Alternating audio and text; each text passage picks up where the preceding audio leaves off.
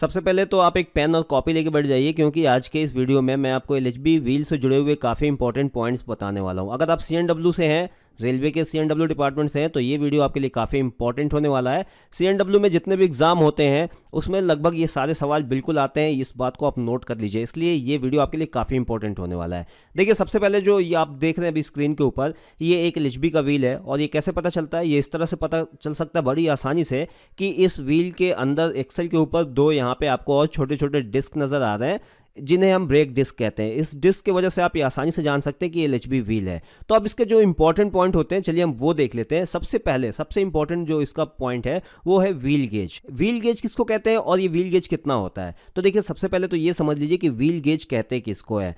Wheel जो disc होता है, इन दोनों डिस्क के इनर साइड है, इसके बीच की दूरी को हम व्हील गेज कहते हैं। अभी जो आप देख रहे हैं लकीर जो मैंने खींची है, ये जो डिस्टेंस है ये व्हील गेज कहलाता है। और एलएचबी में ये 1600 प्लस माइनस 1 mm रखा गया है। यानी कि अगर आप किसी भी व्हील का अगर व्हील गेज नापना चाहते हैं तो सबसे पहले उस व्हील को 4 भाग में आप डिवाइड कर लीजिए, उस व्हील पे 4 डॉट लगा लीजिए, फिर उन चारों पॉइंट पे आप व्हील गेज को नापिए और हर पॉइंट पे 1600 प्लस माइनस 1 आना चाहिए। अगर इसके अंदर ये रीडिंग आती है तो आपका व्हील ठीक है, और अगर इससे अंदर आपकी रीडिंग नहीं आती, इसके बाहर या इससे कम होती है, तो यानी कि आपका व्हील वो यूज़ में आप उसको नहीं ले सकते हैं। ठीक है, तो ये व्हील गेज काफ़ी इंपॉर्टेंट चीज़ होता है। एलएचबी का व्हील गेज 1600 प्लस माइनस 1 होता है, तो ये काफ़ी इंपॉर्टेंट है। आप इस चीज़ को नोट कर लीजिए। अगर पेन कॉपी नहीं रखा है आपने तो पेन कॉपी ले लीजिए और इस चीज़ को नोट कर लीजिए।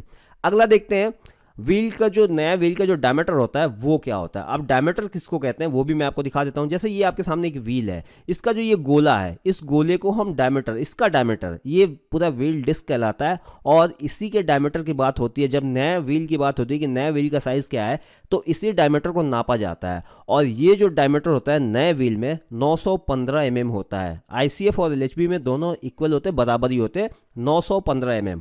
ये जब नया व्हील आता है कोई, तो ये डाया 915 mm होता है। अब इसका कंडमिंग साइज, यानी कि कितना ये घिस जाएगा, चक्का कितना छोटा हो जाएगा, तो हम इसको कंडम कर देंगे, यूज़ नहीं करेंगे, तो वो होता है 855 mm। अगर ये डाया घिस के 855 mm आ गया, नए में 915 mm होता है, अगर ये घिस के 855 mm आ गया तो इस व्हील का इस्तेमाल नहीं किया जाएगा, इसको हम गाड़ी में यूज़ नहीं कर सकते हैं। तो कंडमिंग साइज़ की बात की जाए, अगर कंडमिंग साइज़ आपसे पूछा जाए एलएचबी चक्के का कंडमिंग साइज़ क्या है, तो वो है 855 mm। अब बात करते हैं कि व्हील डिस्क ब्रेक, जो हमारा डिस्क व्हील होता है, यानी कि ब्रेक डिस्क होता है, वो कितना होता है। एक एलएचबी एक्सेल पे, एक एलएचबी कोच के एक एक्सेल पे कितने ब्रेक डिस्क होते हैं। तो यहाँ पे आप देख सकते हैं कि 2 ब्रेक डिस्क होते हैं, एक ये ब्रेक डिस्क है यहाँ पे और एक ये ब्रेक डिस्क है, यानी कि एक चक्के के अंदर 2 ब्रेक डिस्क होते हैं, एक एक्सेल के ऊपर 2 ब्रेक डिस्क होते हैं। इस चीज़ को ध्यान में रखिएगा। इस ब्रेक डिस्क की जो बनावट होती है ना, ये दो तरफ से तो ठोस जैसे दिखते हैं, जैसे यहाँ से मैं साइड में दिखाऊं तो यहाँ से ठोस है, और अगर मैं इसके दूसरी तरफ से दिखाऊंगा तो आपको यहाँ से भी ठोस दिखेगा, लेकिन ये सामने की तरफ से जालीदार होता है, इसमें जाली जाली जैसे बना हुआ होता है। अब ये जाली जाली क्यों बना होता है, इसकी बनावट ऐसी क्यों की गई है, बिल्कुल ठोस व्हील चक्के की तरह इसको क्यों नहीं किया गया है? तो इसके पीछे जो सबसे बड़ा कारण है वो ये है कि ब्रेकिंग के दौरान जब ब्रेक पैड इस पर दोनों तरफ से चिपकते हैं और इसको दबाते हैं, ब्रेक लगाते हैं, तो उस दौरान यहाँ पे काफ़ी गर्मी पैदा होती है। तो उस गर्मी को सोखने के लिए यहाँ से हवा इसमें जाता है और हवा की वजह से ये ठंडा होता है, यानी कि गर्मी को कंट्रोल किया जाता है। अगर ये ज़्यादा हीट हो जाएगा तो ब्रेक पैड भी इसमें चिपक के रह सकते हैं, या फिर दूसरी प्रॉब्लम आ सकती है, टूट सकता है, थर्मल क्रैक हो सकते हैं, बहुत सी और भी चीज़ें हो सकती हैं। तो इसको ठंडा करने के लिए इसमें जालीदार इसको बनाया गया है, ताकि इसके बीच से हवा गुजर के इसको ठंडा कर सके। ब्रेकिंग के दौरान जो भी गर्मी पैदा हो वो इसके बीच से गुजरने वाली हवा की वजह से ये डिस्क ठंडा होता रहे, इसके लिए इसको इस तरह से इसका डिज़ाइन किया जाता है।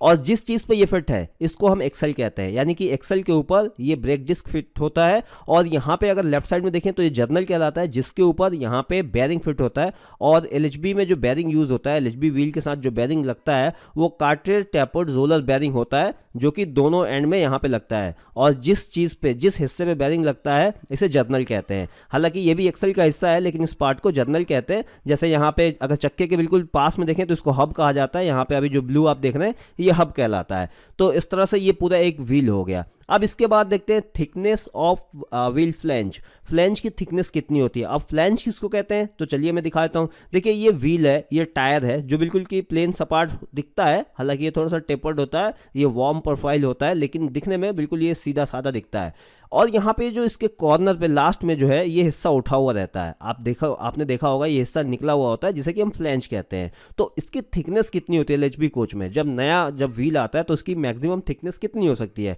तो ये होता है 29.4 mm, यानी कि एलएचबी कोच का जो ये व्हील फ्लैंज होता है इसकी थिकनेस 29.4 mm होती है। अब यहाँ पे बात कर लेते हैं ब्रेक डिस्क की थिकनेस के बारे में, कि अगर जो ये हमारा ब्रेक डिस्क है इसकी थिकनेस यानी इसकी मोटाई कितनी होती है। ब्रेक डिस्क की मोटाई कितनी होती है 110 mm। ब्रेक डिस्क की मोटाई 110 mm होती है, बहुत ध्यान से समझिएगा। ब्रेक डिस्क की जो मोटाई होती है वो 110 mm होती है, और जो इसका घिसाव है वो 7 mm एक तरफ का, वो 7 mm तक एक तरफ हो सकता है। यानी ब्रेक डिस्क का एक तरफ का हिस्सा 7 mm तक अगर घसता है उसके बाद हम इसको यूज नहीं करेंगे। 7 mm तक घिसाव इसमें मान्य है, तो दोनों तरफ मिलाकर 14 mm हो गए, यानी 14 mm का घिसाव इसमें मान्य है, और इसकी पूरी थिकनेस होती है 110 mm। अब इसका डायमीटर, जो ये हमारा ये ब्रेक डिस्क है इसका डायमीटर यानी इसकी जो गोलाई है ये डायमीटर ये कितना होता है, तो ये गोलाई होती है 640 mm। यानी ब्रेक डिस्क की जो गोलाई होती है, जो डाया होता है वो होता है 640 mm। तो इस बात को ध्यान रखिएगा, काफ़ी इंपॉर्टेंट सवाल जवाब है। आजकल सारे आप देख रहे होंगे पूरा रेल आपको एलएचबी में ही दिख रहा है, सारे सवाल जवाब, सारे एग्जाम जो भी एग्ज़ाम होते हैं उनमें सारे सवाल जवाब इसी से जुड़े हुए आते हैं, इसलिए काफ़ी इंपॉर्टेंट है। और व्हील तो बहुत ही इंपॉर्टेंट होता है, आपको पता है रेलवे पूरी रेल व्हील के ऊपर चलती है, तो व्हील काफ़ी इंपॉर्टेंट है, और ये व्हील से जुड़े हुए काफ़ी इंपॉर्टेंट सवाल जवाब है, और ये ऐसे कॉमन सवाल जवाब है जो लगभग हर पेपर में पूछे जाते हैं। अब इसके अलावा एक चीज़ और है, what is diameter of wheel axle of LHB coach. जो एलएचबी कोच का यानी जो इसका ये एक्सल है इसका डायमीटर कितना होता है, तो इसका डायमीटर होता है 170 mm। एलएचबी व्हील के एक्सल का डायमीटर होता है 170 mm। तो ये काफ़ी इंपॉर्टेंट सवाल जवाब है, अगर आप लोगों को नहीं पता था तो इस चीज़ को आप लोग नोट कर लीजिए। अगर आपको पता है तो फिर कोई बात नहीं, किसको किसको पता है किसको किसको नहीं पता है कमेंट करके ज़रूर बताइएगा। मैंने अभी जितने पॉइंट बताए हैं इसमें से कितने पॉइंट आपको पता है कमेंट करके बताइएगा। और अगर आप मेरे चैनल पर नए हैं तो चैनल को सब्सक्राइब करके बेल आइकन बटन दबा दीजिएगा, ताकि आपको ऐसे काफ़ी इंपॉर्टेंट सवाल जवाब और काफ़ी बढ़िया जानकारी ट्रेन से जुड़ी हुई आपको हमेशा मिलती रहेगी। तो आज का वीडियो कैसा लगा कमेंट करके बताइएगा। वीडियो देखने के लिए धन्यवाद।